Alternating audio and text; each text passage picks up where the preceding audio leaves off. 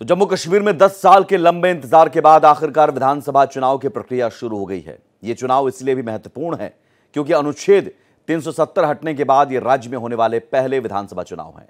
पहले चरण की वोटिंग के लिए अधिसूचना जारी हो गई है। पहले चरण में नामांकन भरने की अंतिम तारीख 27 अगस्त निर्धारित की गई है। 10 साल के लंबे इंतजार के बाद यहां विधानसभा के चुनाव हो रहे हैं। पहले चरण के लिए 18 सितंबर को वोटिंग होनी है, जिसमें 24 विधानसभा क्षेत्रों में मतदान होगा। जम्मू कश्मीर में कुल 90 विधानसभा सीटें हैं, जिनके लिए 3 चरणों में चुनाव संपन्न होंगे। राजनीतिक दलों ने भी अपनी रणनीति को तेज कर दिया है। इन चुनाव में केंद्र शासित प्रदेश के भविष्य को लेकर कई बड़े मुद्दों पर चर्चा होगी। चुनाव जम्मू कश्मीर की राजनीति में नई दिशा तय कर सकते हैं। क्या विधानसभा चुनाव जम्मू कश्मीर के विकास, सुरक्षा और राजनीतिक स्थिरता के लिए महत्वपूर्ण साबित होंगे? इसी पर करेंगे चर्चा अपने मेहमानों के साथ, लेकिन सबसे पहले ये रिपोर्ट।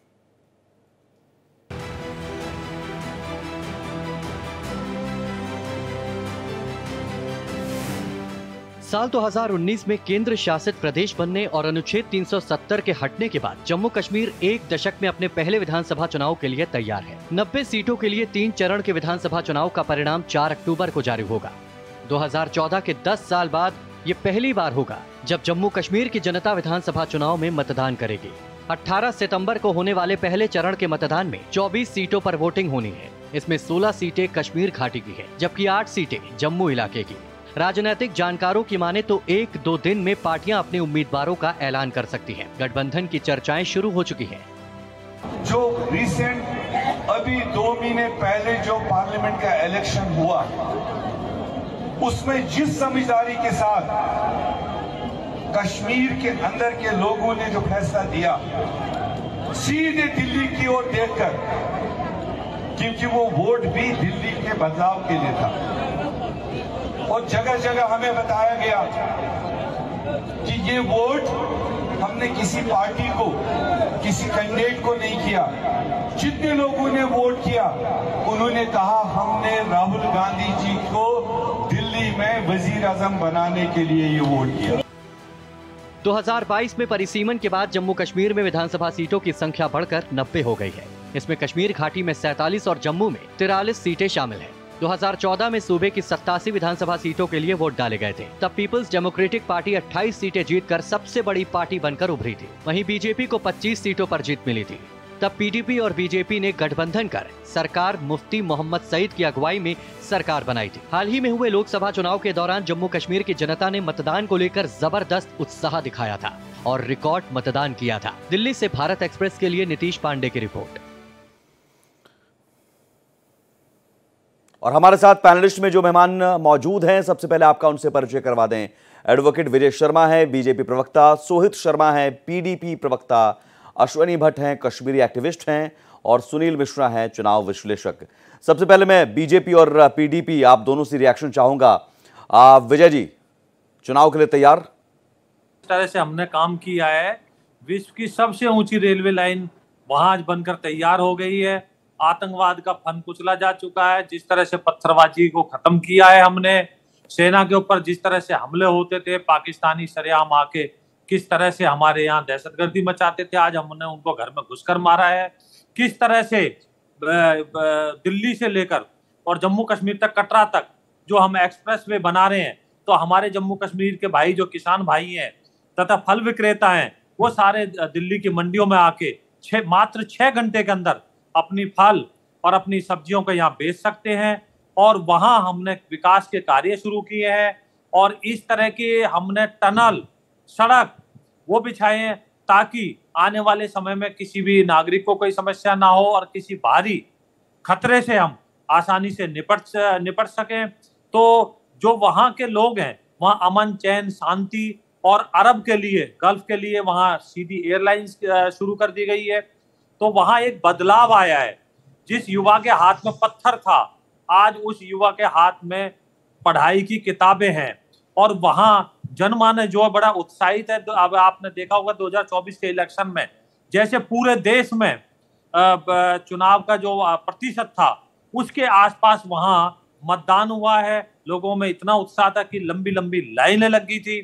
तो ये दिखाता है कि जम्मू कश्मीर में बदलाव आ चुका है। और जिस तरह से हमने अपने वाल्मीकि भाइयों को वहां जो दशकों से पीड़ित थे, जो बाबा साहब का बनाया हुआ संविधान था वहां लागू नहीं हो रहा था, उसमें उनको आरक्षण देने का काम किया है। जो दशकों से पीड़ित थे, वंचित थे, जो कश्मीर से आए थे, जब बंटवारा हुआ था, उनको नागरिकता देकर हमने वो सम्मान की जिंदगी दी है उन लोगों को। तो ये सारे काम हमने ऐसे किए हैं जनता के लिए वहां, कि वहां जनता में एक उत्साह है और देखना वहां बीजेपी की अपने दम पर सरकार बनेगी। चलिए ठीक है, ओपनिंग रिएक्शन पहले, सबसे पहले ओपनिंग रिएक्शन, उसके बाद डिबेट में ओपन करूंगा। सोहित शर्मा जी, चुनाव की घड़ी आ गई, इसी बात का इंतजार था, आप तैयार हैं? देखो, बात ऐसी है कि हम सुमित जी इलेक्शन के लिए तो तैयार ही हैं, लेकिन जिस तरह से विजय जी बात करें तो मुझे हैरानी इस बात की हो रही है, जब से देश आजाद हुआ है, जब से जम्मू कश्मीर भारत के साथ जुड़ा है, तो मुझे नहीं लगता किसी चीज की कमी कभी भी जम्मू कश्मीर में रही है। सड़कों की बात हो, सड़कें भी बहुत अच्छे ढंग से यहाँ पे बनी रही हैं। डेवलपमेंट की बात हो, बहुत डेवलपमेंट यहाँ पे होती रही है, हर एक चीज जहाँ पे मिलती रही है। लेकिन बड़ी दुख से कहना पड़ता है कि 5 अगस्त 2019 के बाद से जिस तरह से इन्होंने जम्मू कश्मीर को, इतनी बड़ी स्टेट को इन्होंने यूटी में चेंज कर दिया, और जिस तरह से लद्दाख को हमसे अलग कर दिया, जम्मू कश्मीर को अलग कर दिया, तो ये इनकी विफलता है, ये इनका डर है। जो इनका टारगेट था 370 का, जो पूरे भारत में इन लोगों ने फैलाया हुआ था, ये इन्होंने हालात बनाए हैं। अब बात आती है जिस तरह से हमारे बीजेपी के प्रवक्ता मेरे बड़े भाई जिस तरह से विजय शर्मा जी बात रख रहे हैं, अरे जम्मू कश्मीर अपने आप में एक बहुत बड़ी स्टेट थी और उसमें बहुत अच्छी डेवलपमेंट थी। जहां तक कुछ बातें, जहां हालात खराब होने की बात थी, 2002 में जब पीडीपी कांग्रेस की हुकूमत बनी थी, उसके बाद शांति प्रक्रिया शुरू हुई थी, बॉर्डर शांत हुए थे, हर एक चीज अवेलेबल थी, रोजगार मिले थे, कश्मीरी पंडितों के लिए नई नई स्कीमें शुरू की गई थी। उसी तरह से ये चीजें चलती गई। लेकिन 5 अगस्त 2019 के बाद से हालात जहां पे क्या बने, चलिए ये आपका मुद्दा है, 370 एक मुद्दा है चुनाव में, ठीक है, 370 एक मुद्दा है आपके लिए, बड़ा मुद्दा है ना। मैं दोबारा आऊंगा, पहले मैं सभी मेहमानों से एक ओपनिंग रिएक्शन में ले रहा हूं। सुनील मिश्रा जी, चुनाव से जम्मू कश्मीर की सियासत, एक नई तस्वीर उभरने की उम्मीद है, नई तस्वीर उभर सकती है खासतौर पर 370 हटने के बाद? सुमित जी सबसे पहले बहुत बहुत धन्यवाद डिबेट में मौका देने के लिए। सबसे पहली चीज तो आप ये समझें, 2019 के बाद अगर मैं बात करूं तो कहीं ना कहीं जम्मू कश्मीर के लिए सबसे बड़ी चीज ये है कि आर्टिकल 370 हटने के बाद लोकतंत्र एक तरह से कहीं ना कहीं अपनी जड़ें मजबूत करने जा रहा है। तो मुझे लगता है पूरे भारतवर्ष और सभी भारतीयों के लिए यह गर्व की बात है कि एक फेयर तरीके से वहां पे इलेक्शन हो। दूसरी चीज जो आपने कहा कि चुनाव में प्रक्रियाओं की बात करें या चुनाव में जिस तरह से विभिन्न पार्टियां अपनी तरह से लेकर आ रही हैं जम्मू कश्मीर, मुझे लगता है कि इस इलेक्शन के बाद में सरकार किसी पार्टी की बने, गठबंधन की बने, लोकल पार्टियों को वहां पे महत्व मिले, उस पर हम आगे बात करेंगे क्योंकि उस पर हमारी एक लंबी स्टडी है और डिबेट है, हम टीम के साथ वहां पे काम कर रहे हैं। लेकिन मुझे लगता है कि पूरे भारतवर्ष के लिए सबसे बड़े गर्व की बात है कि एक ऐसा प्रदेश जो कहीं ना कहीं पूरी तरह से चुनाव प्रक्रियाओं में सम्मिलित होकर भी आज पिछले 70 सालों तक सम्मिलित नहीं होता था, क्योंकि आर्टिकल 370 की वजह से। लेकिन मुझे लगता है कि जिस तरह आर्टिकल 370 हटने के बाद पहली बार एक लोकतंत्र की जड़ें मजबूत होने जा रही हैं, तो ये पूरे भारतवर्ष के लिए गर्व की बात है, बधाई की बात है। और दूसरी सबसे बड़ी चीज कि उस इलेक्शन से एक नैरेटिव जो सेट होने जा रहा है कि कहीं ना कहीं जो निर्णय लिए गए थे, जो एक भारतीय जनता पार्टी की सरकार कहें या भारत की सरकार कहें, जो निर्णय लिए थे उस पर एक मुहर लगने भी जा रही है। तो मुझे लगता है कि इसको एक बड़ी जीत के रूप में और इस इलेक्शन के नतीजे जो भी आएंगे उसको एक बड़े परिप्रेक्ष्य में देखने की जरूरत है। ठीक है, अश्वनी भट्ट, इस चुनाव को कैसे देख रहे हैं? नमस्कार। देखिए, ये बहुत ही सराहनीय स्टेप है इलेक्शन का, ये बहुत वेलकम स्टेप है। बट एक कश्मीरी पंडित स्पोक्स पर्सन होने के नाते मैं ये कहूँगा कि हमारे लिए न तो इलेक्शन से पहले कोई बहुत ही उसका कोई माने था, ना उसके बाद था। बट मैं पीडीपी के जो हमारे भाई हैं यहाँ सोहित शर्मा जी, मैं उनको बहुत विनम्रता से कहना चाहता हूँ कि कश्मीरी पंडितों के बारे में पीडीपी जितना कम बोले उतना बेहतर है। पीडीपी एक ऐसी पार्टी थी जिन्होंने, जो हैंड इन ग्लव थे, जो कि सम्मिलित थे हमारे पूरे समाज के विस्थापन के लिए। चाहे वो 1986 के अनंतनाग राइट्स हो, इनको शायद पता नहीं होगा, सोहित शर्मा जी को शायद पता नहीं होगा अपनी पार्टी का इतिहास, मुझे नहीं पता कब ये ज्वाइन किया है। 1986 में मिलिटेंसी से पहले, टेररिज्म से पहले पीडीपी एक वो पार्टी थी जिन्होंने हिंदुओं के टेम्पल्स अनंतनाग डिस्ट्रिक्ट में जलाए थे, और उसके बाद 1990 के बाद वो बिल्कुल ही सेपरेटिस्ट नैरेटिव को फ्यूल करते हैं। वो अपना पाकिस्तान का उनका प्रेम है, एंड उनका जो बैकिंग है वो जमाते इस्लामी की है। तो सोहित शर्मा जी, आप अपनी राजनीति करें, वो बिल्कुल करें। आप भारत एक फ्री कंट्री है, बट कृपया कश्मीरी पंडित्स का नाम ना ले, और उनके हमारे समाज के नाम पे ना रोटियां ना सेकें as PDP spokesperson. Individually आप बहुत अच्छे इंसान होंगे, I am sure that, but as PDP as a party Kashmiri Pandits के बारे में जितना कम बोले तो उतना अच्छा है। बेहद गंभीर आरोप सोहित शर्मा जी, जवाब दीजिए। कि हमारे यहाँ पे जे&के स्टेट में इलेक्शन हो रहा है, तो हम उसका बहुत ही सोहित शर्मा जी, देखो मेरे भाई अश्विनी भट्ट जी जो बात रख रहे हैं, ठीक है, जो 1983 में जो हालात बने, जिसमें आप कह रहे हैं कि इसमें 2000 में तो पीडीपी की मतलब गठन हुआ 2000 में पीडीपी का गठन हुआ। 2003 में पीडीपी की हुकूमत कांग्रेस के साथ बनी। सब पहली बात। दूसरी बात यह है, जिस तरह से आप बात रख रहे हैं, अरे जिस समय जो कश्मीरी पंडित वहां से पलायन शुरू हुआ, उस समय भारतीय जनता पार्टी और जनता दल, इनका दोनों का समझौता था सरकार में दिल्ली में, जिसमें हमारे माननीय होम मिनिस्टर मुफ्ती मोहम्मद सईद साहब थे, और उसके बाद भारतीय जनता पार्टी बाहर से सपोर्ट कर रही थी, और हमारे जगमोहन साहब यहाँ पे गवर्नर थे। ये हम उस समय की बात कर रहे हैं। बाकी देखो मेरे भाई, 2000 में हमारी पीडीपी का गठन हुआ।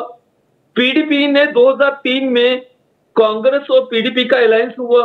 उसके बाद जो कश्मीरी पंडित के लिए काम किया गया, उसको हम नजरअंदाज नहीं कर सकते मेरे भाई। ठीक है, उसको हम जवाब अश्विनी जी जवाब दे रहे हैं। जिस तरह से कश्मीरी पंडितों को नौकरियां दी गई, जिस तरह से कश्मीरी पंडितों के फ्लैट बनाए गए, एक काम बता रहे सोहित शर्मा जी, चैलेंज आपको दिया जा रहा है, में रखना चाहिए, चैलेंज है, एक काम बताइए अश्विनी जी। जिस तरह से भारतीय जनता पार्टी, सोहित शर्मा जी आपको चैलेंज किया जा रहा है, एक काम बता दीजिए 2003 के बाद। ये नहीं कहते कि आप मुझे ये बताइए, आप भारतीय जनता पार्टी की सपोर्ट में आ रहे हैं, आप मुझे ये बताइए भारतीय जनता पार्टी ने आखिरकार किया क्या, जिन्होंने पूरा कहा था कि हम कश्मीरी पंडित को कश्मीर में बसाएंगे, उन्होंने किया क्या? उनके अभी तक टारगेट किलिंग कश्मीर में होती आ रही है। सोहित शर्मा जी आवाज आ रही है, एक सेकंड सोहित शर्मा जी, एक सेकंड रुक जाइए। सोहित जी आवाज आ रही है। देखिए, एक तरफा बोलने से इसका मतलब ये होगा कि आपके पास जवाब नहीं है। एक तरफा बोलना मतलब जवाब नहीं है। दूसरे को भी सुनिए। अश्विनी भट्ट आपसे पूछ रहे हैं और चैलेंज दे रहे हैं, 2003 के बाद से एक काम गिनाइए कश्मीरी पंडितों के लिए।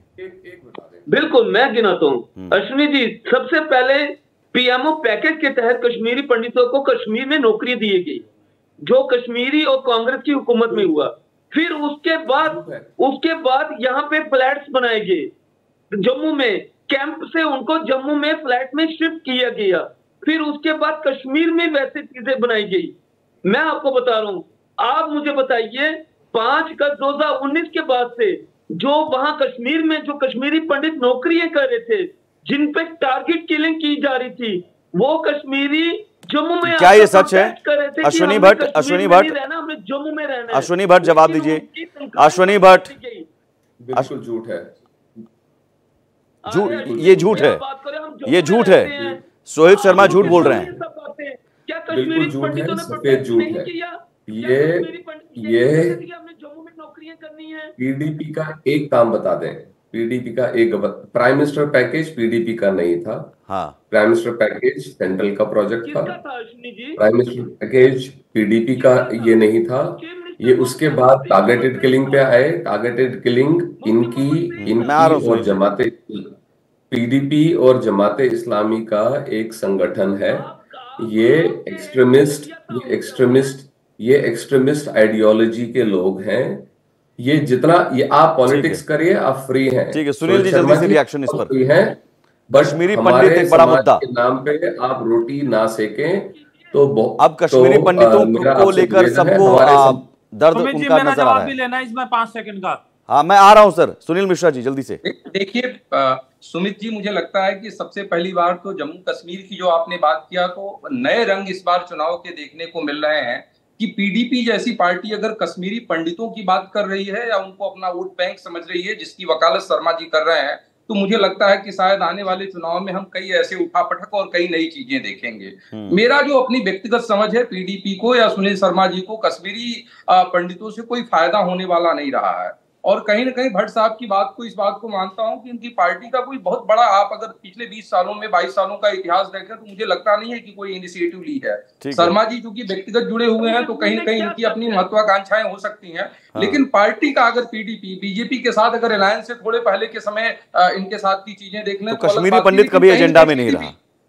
हाँ, कश्मीरी पंडित कभी एजेंडा में नहीं। जल्दी से ब्रेक लेना है सर। विजय शर्मा जी 10 सेकंड सर, ब्रेक के बाद मैं दोबारा आपके पास आऊंगा, जल्दी से। देखिए, मैं सोहित शर्मा जी से पूछना चाहता हूं, आपकी नेता जो महबूबा मुफ्ती है वो क्या बोलती हैं कि अगर 370 हटाई तो यहाँ झंडा उठाने वाला कोई नहीं बचेगा, कंधा देने वाला कोई नहीं बचेगा, तो आप उस पार्टी का प्रतिनिधित्व करते हो। सोहित जी बताइए कहां तक ठीक था? बिल्कुल विजय जी, मैं जवाब दीजिए आप मुझे। सीधा सवाल सोहित शर्मा जी, आपको 370 हटाने और बहाल करने सर क्या बाकी काम नहीं हो रहे हैं? और आपने जो कहा शुरुआत में, एक सेकंड, आपने जो कहा शुरुआत में, सोहित शर्मा जी मुझे 370 में था क्या? Let me complete. आखिरकार 370 में था क्या? क्या किया? मैं आपको एक बड़ा एग्जांपल दूं। अभी मैंने कहा मैं आपको बड़ा एग्जांपल दूं। इससे पहले मतदान होते थे, चुनाव होते थे, मतदान प्रतिशत कितना जाता था? सुनिए, ये भी मैं बताता हूं सुमित जी। हाँ, 5 अगस्त 2019 के बाद जम्मू कश्मीर में चुनाव नहीं हुए। लोकसभा चुनाव की बात मैं कर रहा हूं, लोकसभा चुनाव की बात कर रहा हूं। 2024 लोकसभा चुनाव में आम जनता की भागीदारी नजर आई। सोहित शर्मा जी, चुनाव हुए 6 साल पार्लियामेंट की, ये जितना भी वोट है वो 370 के हक में पड़ा है। तो अच्छी बात है ना, ये आपके लिए मैसेज है, ये आपके लिए मैसेज है बॉस, ये आपके लिए मैसेज है कि आप गलत मुद्दे छू रहे हैं। भूल जाइए, विकास की बात कीजिए, रोजगार की बात कीजिए। आप 370 और हमारा स्टेट सब्जेक्ट हम कैसे भूल जाएं? आप खुद कह रहे हैं कि 370 हटाने के हक में वोटिंग हुई, इसलिए इतना ज्यादा मतदान प्रतिशत हुआ। 370 के हक में हुई। आप सुमित जी बात सुन नहीं रहे हैं। अच्छा, 370 के हक में वोटिंग हुई है। तो अगर ये 370 हटने के बाद ही तो वोटर्स बेखौफ होकर निकल पड़े हैं। 370 हटने के बाद ही 370 हटने के बाद ही वोटर जो हैं बेखौफ होकर निकल पाए। इससे पहले बेखौफ होकर निकल पाते थे, इससे पहले बेखौफ होकर निकल पाते थे। इससे पहले मतदान प्रतिशत कितना होता था और बेखौफ होकर कहां निकल पाते थे वोटर्स? पत्थरबाज कहां गए? पत्थरबाज दिखे हैं? 2019 के बाद से पत्थरबाज कहीं दिखे हैं क्या आपको? पत्थरबाज कहां दिखे? ये बदलाव आपको नजर नहीं आ रहा है क्या? ये पत्थरबाज कहां गए? पत्थरबाज कहां गए? कहां गए पत्थरबाज? पत्थरबाजी होती कहां पे थी? जम्मू में पत्थरबाजी होती थी क्या? पत्थरबाजी नहीं होती थी। पत्थरबाजी होती थी क्या? पत्थरबाजी नहीं होती थी। सेना क्या बात कर, सोहित शर्मा जी, मुझे लगता है कि आपको वो तस्वीर आप भूल रहे हैं कि क्या वहां पर अराजक स्थिति बनी हुई थी और 370 हटने के बाद वहां पर शांति बहाल हुई है, तब जाकर ये चुनाव हो रहे हैं। शांति बहाल हुई है तो कठुआ से अटैक शुरू हुआ जाके। विजय शर्मा जी, मेरा जवाब लीजिए। विजय शर्मा जी, हमारे आर्मी जवान सोहित जी, विजय शर्मा जी, सोहित जी, आप जरा मेरा जवाब सुनिए। आपने कहा था 370 में रखा क्या है? एक देश दो विधान दो निशान नहीं चलेंगे, 2 झंडे होते थे। यहाँ का बाबा साहब का बनाया हुआ संविधान वहां लागू नहीं होता था। 6 साल में इलेक्शन होता था विधानसभा का, विजय शर्मा और पूरे देश में 5 साल का होता था। और वहां सुनिए, वहां हमारे वाल्मीकि भाइयों को आरक्षण नहीं मिलता था किसी तरह की। तो ये छोटी बात है क्या? किसी को हक मिल जाना, आजादी के बाद में पहली बार हक मिला है। और आप मुझे बताइए कश्मीर वैली में कितनी घटनाएं हुई है पत्थरबाजी की, और आपकी जो है नेता कितने जहर भरे भाषण देती थी, क्या क्या बोलती थी कि यहाँ एक आदमी झंडा उठाने वाला नहीं बनेगा। ये आपके जो कार्यकर्ता नारे लगाते थे कि मैं आ रहा हूं सर, जल्दी से विजय शर्मा जी, जल्दी से। आप आतंकवादियों को क्या कहते थे? ये भटके हुए लड़के हैं। तो आप मुझे बताइए शोभित जी, कुछ तो सोचिए। आप गलत पार्टी का बचाव कर रहे हो, आप आदमी अच्छे हो लेकिन आप गलत पार्टी का बचाव कर रहे हो। ये पाकिस्तान परस्त पार्टी। आप सुनिए सुमित जी, आपकी बात का जवाब देता हूँ। हमने समझौता किया। देखिए सुनिए, जब लंबी छलांग लगानी होती है तो 2 कदम पीछे हटना पड़ता है। हमारे प्रधानमंत्री, यशस्वी प्रधानमंत्री मोदी जी ने कहा कि ये हमारे से गलती हुई थी। उन्होंने कहा ये हमारी मिलावट थी, और ये ऑन कैमरा बोला था उन्होंने। नहीं ठीक है, तो एक ये गलती इसलिए इस बार नहीं दोहराई जा रही है, किसी से भी गठबंधन नहीं करने का ऐलान किया गया है जी। यस, इसीलिए कभी भी भविष्य में नहीं होगा। नतीजों के आधार पर फिर ऐसा पता चला कि नतीजे कुछ ऐसा हो जाए कि सरकार बनाने के लिए आप पीडीपी एक साथ आ जाएं। जी एब्सोल्यूट मेजॉरिटी में हम आएंगे। और सुनिए, अब देखिए हमारी 7 सीटें जनजातियों के लिए, अनुसूचित जनजाति के लिए रिजर्व है।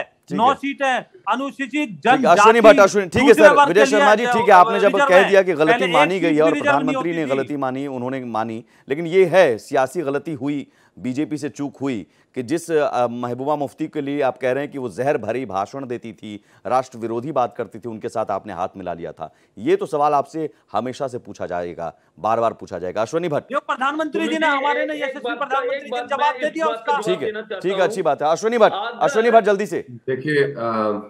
देखिए सुमित जी, मैंने सोहित जी से, जो बीजेपी के प्रवक्ता है, उनको एक चैलेंज करके एक ये बोला था कि एक काम बता दो। अब मैं उनको बताता हूँ। वो अभी नए नए पॉलिटिक्स में आए हैं, स्पोक्स पर्सन है, बड़े अच्छे प्रवक्ता हैं, पर उनको अपने पार्टी का इतिहास नहीं पता है। उनके पार्टी का जो इतिहास है, ये जब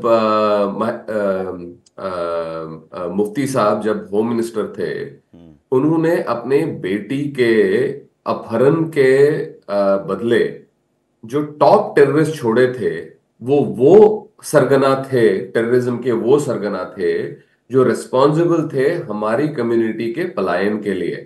हमारी कम्युनिटी के जो टॉप लीडर्स का, जिन्होंने निर्ममता से जिनकी हत्या करी थी, उनमें वो विलिप्त थे और जेल में थे। तो मुफ्ती साहब का जो कंट्रीब्यूशन, जो इनके पार्टी के हेड हैं, अभी तो वो खैर, लेकिन ये आपके लिए आश्चर्य की बात नहीं है कि कश्मीरी पंडितों की बात करने लगे हैं अचानक पीडीपी के प्रवक्ता? पीडीपी आप, हाँ, ये 4 वोटों के, हाँ, ये बिकॉज ये वही वाली बात है ना। ये वो पार्टी है जिन्होंने टेररिस्ट को छोड़ा, अपनी बेटी के रिहा के लिए उन टेररिस्ट को छोड़ा जो टेररिज्म, कश्मीर में टेररिज्म के फाउंटेन हेड थे। सर बारी बारी से सुनील जी, ठीक है, हेड थे, और जिन्होंने कश्मीरी, ठीक है सर, छोटा रिएक्शन, सभी को मौका मिलेगा। ठीक है, सुनील मिश्रा। सुमित जी, 2 चीजें आपको जम्मू कश्मीर से समझनी होगी। सबसे पहले तो मुझे लगता है कि पीडीपी पार्टी और पीडीपी के प्रवक्ता दोनों कंफ्यूज हैं। एक तरफ 370 हटाने का विरोध कर रहे हैं, उसके वापसी की बात कर रहे हैं, और दूसरे तरफ कहीं ना कहीं कश्मीरी पंडितों के साथ खड़े होने की बात कर रहे हैं। मुझे लगता है कि घाटी में भारतीय जनता पार्टी पिछले 1-1.5 सालों से जिस तरह से कास्ट अर्थमेटिक्स पे, स्पेशली जम्मू के बेल्ट में काम कर रही है, मुझे लगता है कि पार्टी का जनाधार हो सकता है अन्य प्रदेशों में खिसक रहा हो, लेकिन जम्मू में इस बार एक कहीं ना कहीं जो कास्ट अर्थमेटिक्स को लेकर, जो वाल्मीकि समाज की बात कर रहे हैं, जाटो समाज की बात कर रहे हैं, गुर्जर कम्युनिटी भी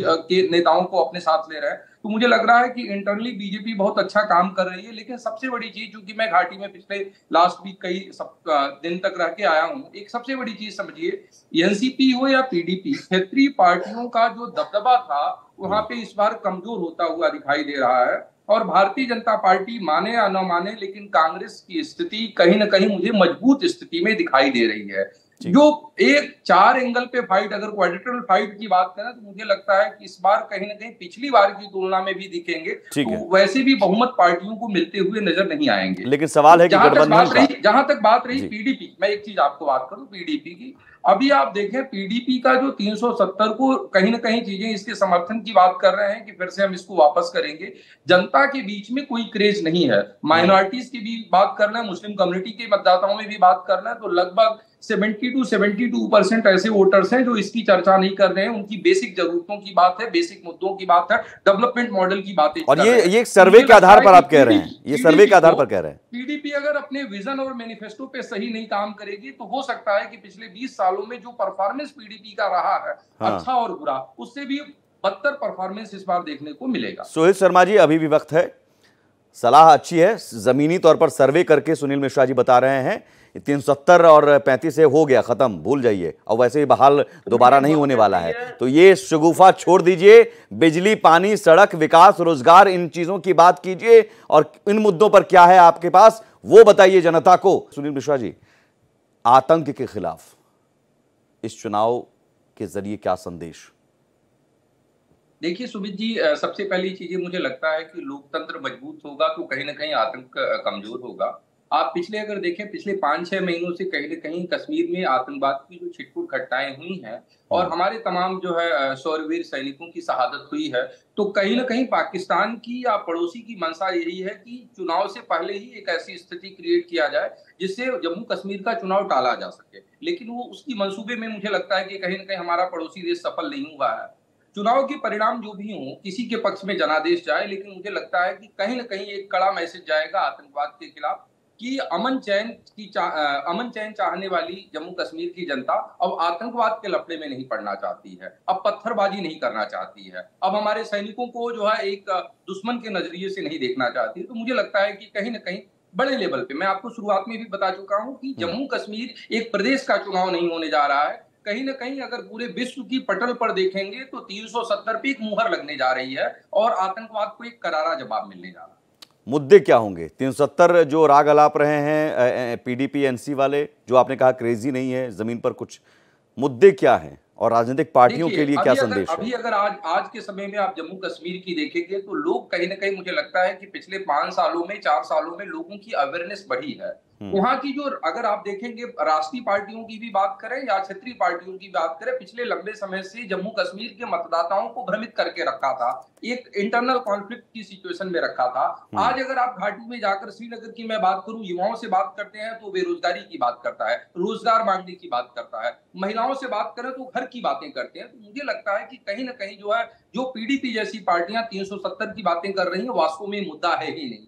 जो बेसिक मुद्दा है कहीं ना कहीं से बेरोजगारी का मुद्दा है, कहीं ना कहीं से लोग जो क्षेत्रों में पलायन किए हैं, कुछ क्षेत्रों में कश्मीरी पंडितों की, उनकी भी आलाप है कि भारतीय जनता पार्टी से एक बड़ी उम्मीदें थी, लेकिन 370 हटने के बाद भारतीय जनता पार्टी की सरकार ने केंद्र से कोई बड़ा इनिशिएटिव नहीं लिया, ऐसा लोगों का कहना है। हो सकता है अभी भारतीय जनता पार्टी के प्रवक्ता 10 चीजें मुझे गिना दें, लेकिन जो जनमानस की राय अगर आप बोलेंगे तो ऐसा है कि भाई बड़े स्टेप नहीं दिखाई दे रहे हैं। तो मुझे लगता है कि जो बेसिक मुद्दे चुनाव के हैं, कहीं ना कहीं बेरोजगारी, लोगों के लिए जो है बेसिक इंफ्रास्ट्रक्चर की जरूरत, एक पीसफुल एनवायरनमेंट। तमाम अगर आप देखेंगे, मैं घाटी के तमाम छोटे व्यापारियों से बात करता हूं जिनका टूरिस्ट से लेकर कहीं न कहीं आय के साधन जुड़े हुए हैं, वो भी they are looking for the peace, कि एक स्टेबल गवर्नमेंट हो, जो पीस हो। अब हम बहुत से लफड़ों में पड़ चुके हैं, पत्थरबाजी बहुत कर चुके हैं, और 370 को लेकर, एंटी कंट्री को लेकर, एंटी इंडिया को लेकर बहुत सी चीजें हो चुकी हैं। So majority of the people now in Jammu and Kashmir, they are looking for the peace, development model की बात कर रहे हैं। आप बिलीव करेंगे कि तमाम, मैं महिलाओं से बात कर रहा था पिछले लास्ट वीक में,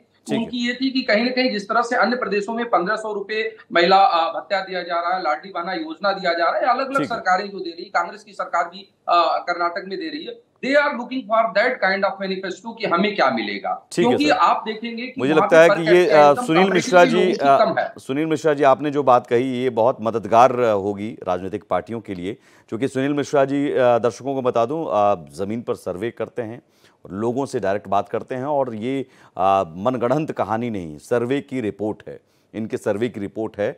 और मुझे लगता है वीरेश शर्मा जी, बेरोजगारी भी एक बड़ा मुद्दा, लोकसभा चुनाव में आपको ये मजबूर होना पड़ा कि बेरोजगारी पर सोचा जाए, बेरोजगारी पर काम किया जाए, तो विधानसभा चुनाव में भी ये बेरोजगारी बड़ा मुद्दा बनने जा रहा है। कश्मीरी पंडित वापस आ पाए क्या, लौट रहे हैं क्या? देखिए सुमित जी, मैं पहले बात बता दूं, जो अपना सुनील जी ने बात रखी है, देखिए आप देखिए 6 घंटे में जो 12 घंटे से ज्यादा हमारे को जम्मू कश्मीर पहुंचने में लग जाते थे, आज कटरा जो एक्सप्रेस वे है मात्र 6 घंटे में पहुंचेंगे, कुछ ही महीनों में वो कंप्लीट होने वाला है। और ये 60,000 करोड़ से बड़े प्रोजेक्ट है, इसमें सारे फल सब्जी जितनी भी आपकी किसी भी तरह का माल ढुलाई का है वो आप पहुंचाएंगे। दूसरा, आप ट्रेन देखिए, कटरा तक कितनी ट्रेन हमने डायरेक्ट पहुंचा दी, जो जम्मू तक एक सिर्फ राजधानी जाती थी, अब इतनी एक्सप्रेस हमने चला दी है। तो हमने आवागमन जो है, कनेक्टिविटी है, वो इतना नजदीक कर दिया कि लोगों का आना जाना वहां नजदीक हो गया। और दूसरी बात ये, जिस तरह से इन्होंने बताया है बेरोजगारी की बातें, बेरोजगारी में आप देखिए जिस तरह से यहाँ निवेश होगा जम्मू कश्मीर में, आप मुझे बताइए 10 साल पहले क्या था? सिर्फ उग्रवाद था, आतंकवाद था। आज वहां किस तरह से हालात, आज G20 की हमारी सभाएं हो रही है वहां, किस तरह से गल्फ के लिए एयरलाइंस के लिए जा रहे हैं, एयरलाइंस की वो सर्विस शुरू हो गई है। निवेश के प्रस्ताव तो ये मत समझिए कि हम वहां काम नहीं कर रहे हैं। 10 साल में हमने उतना काम किया जो 70 साल में पिछला कभी किसी ने काम नहीं किया। चाहे वो शोषित हो, वंचित हो, गरीब हो, महिला हो, कोई भी हो, हर वर्ग के लिए हमने काम किया है। तो हम अभी इतने कश्मीरी पंडित वापस क्यों नहीं आ पा रहे हैं? क्या मैं आपका क्वेश्चन सुन नहीं कश्मीरी पाया? पंडित वापस क्यों नहीं आ पा रहे हैं? क्या नहीं आ पाए? कश्मीरी पंडित वापस क्यों नहीं आ पा रहे हैं? जी देखिए, हम इसके लिए बिल्कुल श्योर है। हमारा जो है ये मानना भी है और हमारा ये धर्म भी है कि हम अपने कश्मीरी भाइयों को न्याय दिलाकर रहेंगे और वो गर्व के साथ इनकी वापसी कराएंगे, गर्व के साथ इनकी वापसी कराएंगे। और हम कब से आप कह रहे हैं सर? अब तो चलिए 370 भी हट गया, 5 साल हो गए। 5 साल में एक माहौल आप ये बना देते कश्मीरी पंडित। सुमित जी आप ही बताइए फारूक अब्दुल्ला जी क्या कहते थे कि मोदी जी 10 दफा भी प्रधानमंत्री बन जाए तो 370 को नहीं हटा सकते। क्यों नहीं आ रहा है? आज हमने वो हटा दिया। तो आज मैं ये नहीं कहता सारे मुद्दे खत्म हो गए, समस्याएं बची है, समस्याओं को एड्रेस करें। आज हमारी राज्य सरकार बनेगी तो हम इस मुद्दे को सबसे पहले लेंगे। तो अभी भी तो आप ही का शासन है सर, अभी भी तो आप ही का शासन है। ऐसा थोड़ी है कि आप 10 सालों में, देखिए 10 सालों में आप ये पीडीपी के साथ 4 साल छोड़ दें तो आपने क्या कहा? 10 सालों में बहुत काम हुए, तो आप ही का शासन है ना। वो सेंटर के माध्यम से हुए ना, स्टेट के माध्यम से नहीं हुए। तो अब सेंटर से ही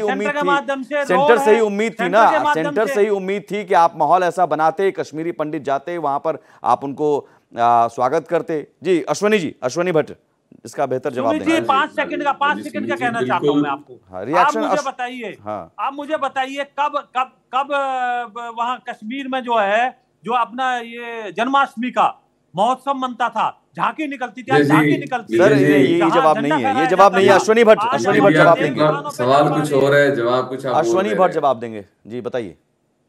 देखिए, मैं जो विजय जी बोल रहे हैं, मैं उसमें मेरा कोई विवाद नहीं है। जो वो ट्रेन की बात कर रहे हैं, कनेक्टिविटी की बात कर रहे हैं, मैक्रो इकोनॉमी की बात कर रहे हैं, बिल्कुल सही कह रहे हैं। मैं उसमें मेरे को कोई वो नहीं है। बट हमारे विडंबना ये है कि कश्मीरी पंडित एक वोट बैंक नहीं है। तो इसलिए खैर नेशनल कॉन्फ्रेंस पीडीपी से तो हमारी कोई होप नहीं थी, उनसे कोई हमारी आशंका या कोई होप नहीं थी, बट बीजेपी से थी। बट मुझे बहुत दुख के साथ कहना पड़ रहा है कि जो बिल्कुल आपने सही बोला, पिछले 10 साल से इनकी सरकार है। चाहे वो पहले स्टेट लेवल पे पीडीपी के साथ उनका संगठन था, और पिछले 6 साल से तो सेंटर में भी है, और वहां पे एलजी की सरकार है, एज गुड एज सेंटर की गवर्नमेंट है वहां पे। आई कैन टेल यू, एक भी इनिशिएटिव कश्मीरी पंडित्स के लिए नहीं लिया गया है। और पिछले 6 साल से हमारे कश्मीरी पंडित्स के किसी भी संगठन के साथ, होम मिनिस्ट्री हो, प्रधानमंत्री कार्यालय हो या स्टेट एडमिनिस्ट्रेशन हो, एक भी संवाद नहीं हुआ है। ये बहुत हैरानी वाली बात है विजय शर्मा जी।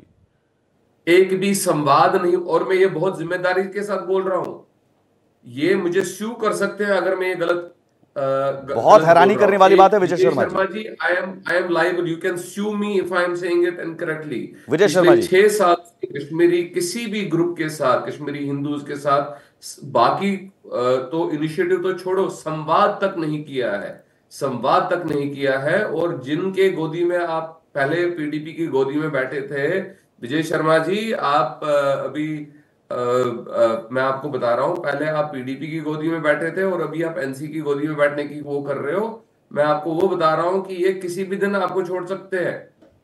जिनके कश्मीरी हिंदूज के, कश्मीरी पंडित्स के कंधे। ठीक है, जवाब ले लेते हैं अश्वनी भट्ट। ठीक है, ये बहुत हैरानी करने वाले कि संवाद तक नहीं कर रहे हैं आप, और ये भरोसा जो आप पर है, कार्य तो छोड़िए, संवाद तक नहीं हुआ। विदेश शर्मा जी, ये तो भरोसा आप पर कर रहे हैं, उम्मीद आपसे कर रहे हैं, आप इनसे बात भी नहीं कर रहे हैं। देखिए, आप एनसी की बात कर रहे हैं, फारूक अब्दुल्ला के खिलाफ किसने जांच शुरू की? आज भी उनके खिलाफ जांच चल रही है। आज भी हमने सिर्फ इन दो सवाल कुछ और है, सवाल कुछ और है। आप मुझे बताओ, पिछले 6 साल से जब से यूटी की गवर्नमेंट है, वहां पे जब से एलजी की गवर्नमेंट है, मुझे एक इनिशिएटिव बताए जो आपने कश्मीरी हिंदूज के लिए किया है। इनिशिएटिव तो छोड़ो, मुझे एक संवाद बताइए। ठीक है विजय शर्मा जी, बहुत छोटा जवाब। ठीक है, देखिए 2016 में मैं खुद मौजूद था। उस टाइम लंदन से वीरेंद्र शर्मा जी एमपी थे लेबर पार्टी के, और आपके रमेश किचलू जो आपके ब्राह्मण सभा के अध्यक्ष हैं, वो थे। एक मिनट सुनिए जरा। और आपके रमेश शर्मा जी जो आपके जम्मू में ही रहते हैं, मैं उस प्रतिनिधिमंडल में मैं शामिल था।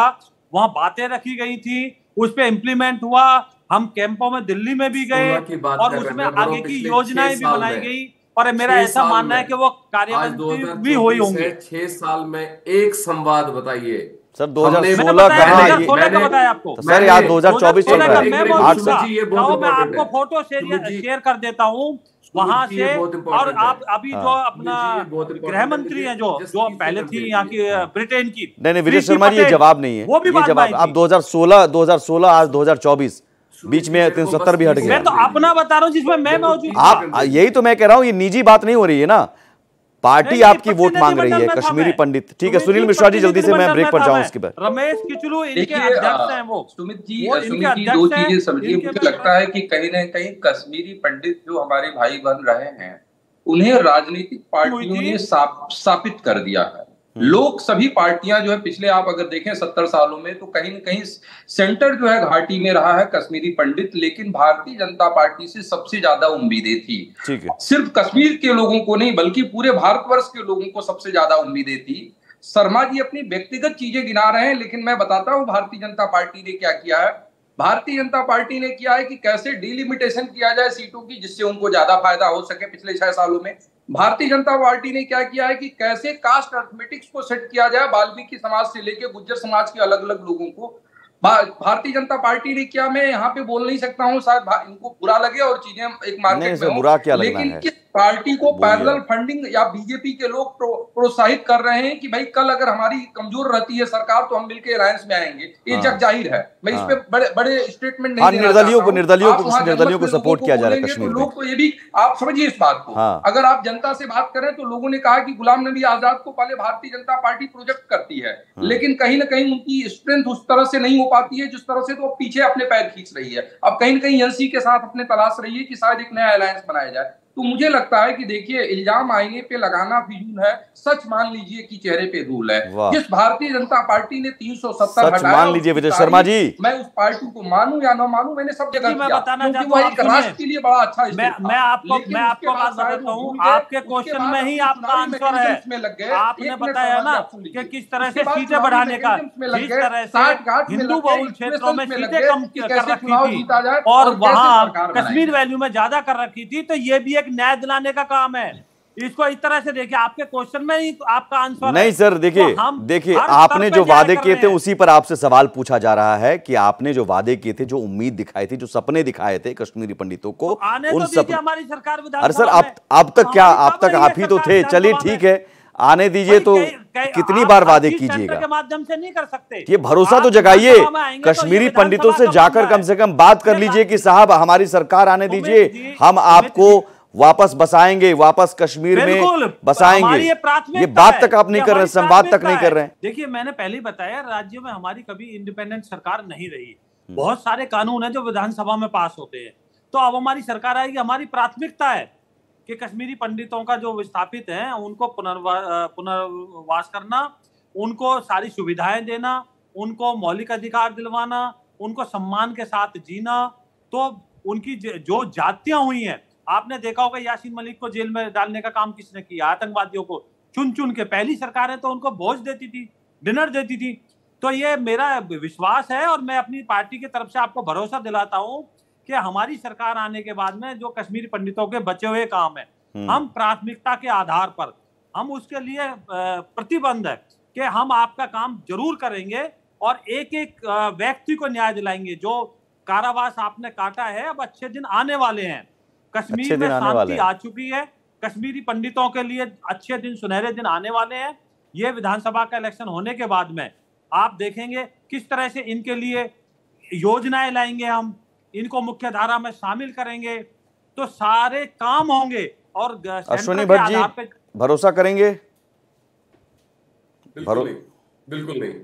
मुझे ये बताएं कि अभी विधानसभा वहाँ स्टेट गवर्नमेंट नहीं है, सेंटर में आपकी गवर्नमेंट है, पिछले 10 साल से है, 11 साल से है, और स्टेट में नहीं, वो कह रहे हैं कि अब आप मौका दीजिए, विधानसभा चुनाव में फुल फ्लेज सरकार आने दीजिए तो हम सारे वादे पूरे करेंगे, अच्छे दिन आने वाले हैं।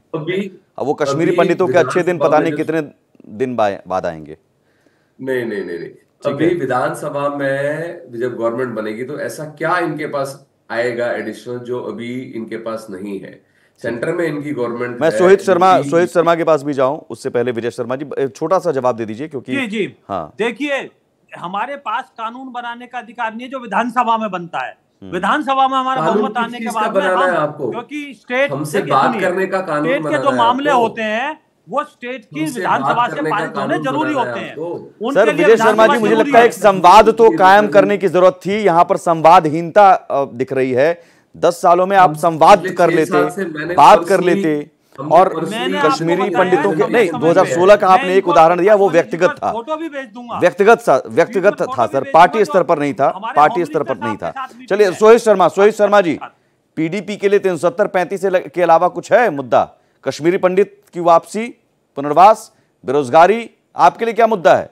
क्या सपने दिखा रहे हैं? हमारा मुद्दा तो ये 2002 से चल रहा है। हमने जब से हमारी पार्टी बनी है तब से हम यही मुद्दे लेकर चल रहे हैं कि जम्मू कश्मीर में शांति लाई जाए, जम्मू कश्मीर में डेवलपमेंट की जाए, कश्मीरी पंडितों को हक मिला जाए। कितने साल सत्ता में रहे? कितने साल सत्ता में? 2002 से लेकर 2000 मैं बातें सुन रहा था। मैं अश्विनी भट्ट साहब को बताना चाहता हूँ, मुझे राजनीति में 20 साल हो गए हैं और मैंने 20 साल में बहुत कुछ देखा है जम्मू कश्मीर में।